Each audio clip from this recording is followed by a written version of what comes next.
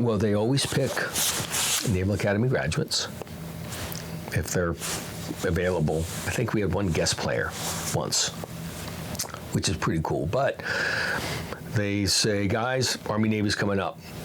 Someone asked us to do it. It's our turn on the base, whatever. Who wants to go? Who's my Academy guys? I raised my hand. 4 other guys, whatever. Okay, we're going to do 2 airplanes, barf bag or whatever your call sign was. You plan it. You better be on time. And they use other words. Don't screw it up. Yeah. But nobody's watching. Don't worry about it. Oh yeah. But don't screw it up. Don't worry about it. But don't screw it up. And I got calls from people going to the base. Dog, don't screw it up. And you go out, you brief it. It's a short flight up to Philly. You're talking to all ATC. They know what you're doing. You know what you're supposed to be doing. You got your time on target, and you start to push up. And generally in a nice little formation like this, and you fly right over I'm a wingman, so all I'm doing is trying to look perfect. And I know the stadium's down there because I'm looking out of the corner of my eye, and it's packed. And you do the flyover, and the first one we landed. What year is this? I think I was in VF-32, so it was somewhere around. It was anywhere in that 89 to 91 time frame. I did 2 of them. First one we stayed, got out, parked at Air Base somewhere near, got a limo ride to the stadium. We walk in our flight suits, just like this, same jacket. It's rock stars. Yeah. They get your ball caps on, get the same jacket. I was issued this when I was an ensign or a JG, and you just start putting all your patches on it. And I keep all my jackets, and that's what I wanted to wear for you guys today. But all my famous stuff has been wearing this jacket right here. It hasn't moved. I think it's still kind of fireproof too. I'm not quite sure.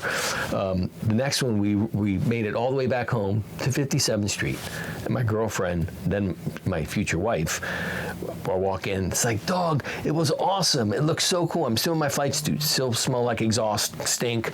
They give me a beer. It's like, dude, that was so cool. Just to watch us lose by missing a field goal.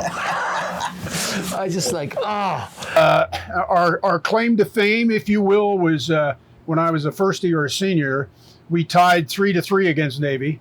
We were 21-point underdogs in December of 1981.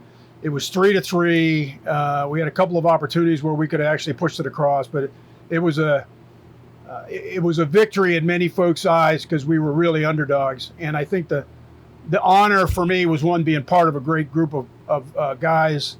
What's that like being a cadet, especially involved with the athletic program, playing the Army Navy? I mean, what's It's something that you have to experience to march onto the field or be part of that game.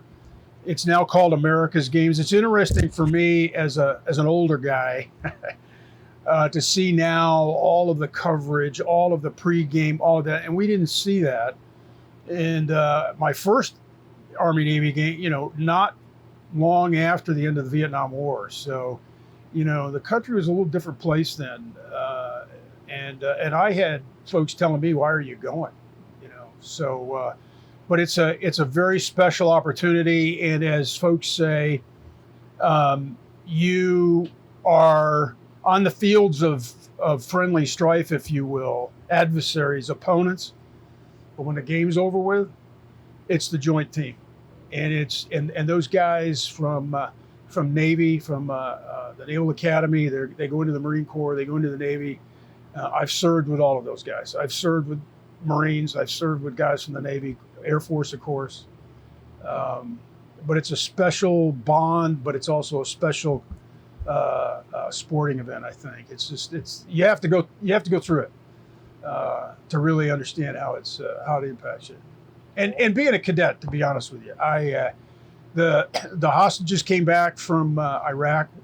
From Iran when I was there. When I was in my second year, or actually third year by that time, and we got to have dinner with them in the mess hall, standing ovation. Their families were there. They stayed down at the Thayer Hotel, and there was an impromptu cordon the day they were leaving. And so we lined the road as the buses pulled out with them. And I will never forget, in the lead bus in the right front seat was a Marine. And he had been one of the Marine security guards. And he snapped a salute because we were all rendering a salute on the way. I'll never forget that. It's just one of those things that will, no matter how old you get, that just sticks in your mind.